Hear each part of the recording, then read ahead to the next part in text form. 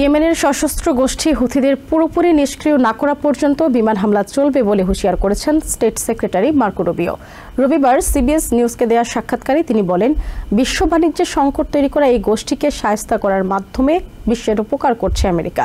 ABC নিউজের এক অনুষ্ঠানে national security adviser Mike Waltz বলেছেন, অভিযানে তাদের প্রধান লক্ষ্য হুথি নেতারা। অন্যদিকে আমেরিকার নৌবহরে পাল্টা বিমান হামলার দাবি করেছে হুথির মুখপাত্র ইহাইয়া আশারি।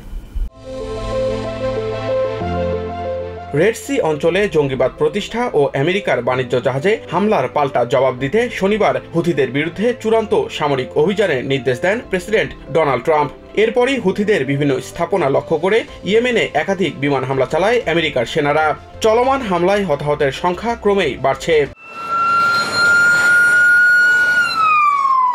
রবিবার সিবিএস নিউজের এক অনুষ্ঠানে স্টেট সেক্রেটারি মার্কো রুবিও বলেন, ইরান সমর্থিত এই সশস্ত্র গোষ্ঠী বিশ্বের বিভিন্ন দেশের বাণিজ্য জাহাজগুলোর জন্য হুমকি তৈরি করেছে।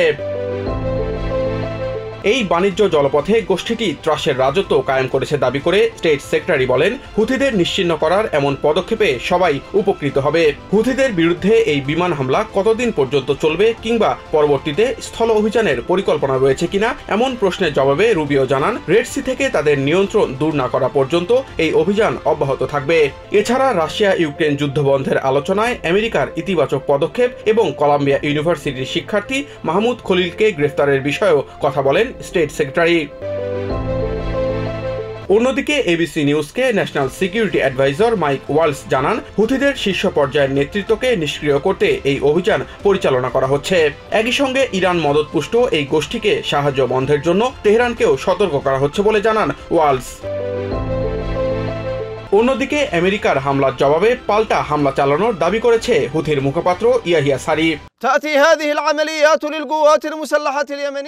সর্বশক্তিমান ঈশ্বরের সাহায্যে রেড সির উত্তরে আমেরিকান বিমানবাহী রণতরী ইউএসএস হ্যারি ট্রুম্যান এবং তার সহযোগী যুদ্ধ জাহাজকে লক্ষ্য করে একটি সামরিক অভিযান পরিচালনা করেছে সশস্ত্র সেনারা। যৌথ অভিযানে 18টি ব্যালিস্টিক ও ক্রুজ ক্ষেপণাস্ত্র এবং ড্রোন ব্যবহার করা হয়েছে।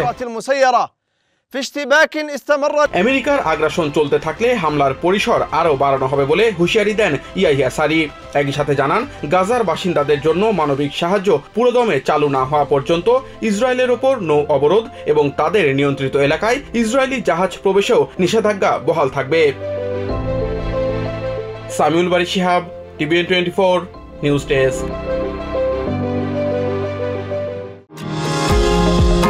নিউ ইয়র্ক থেকে সম্প্রচারিত টিভিএন 24 টেলিভিশন বিশ্বজুড়ে বাঙালির কণ্ঠস্বর।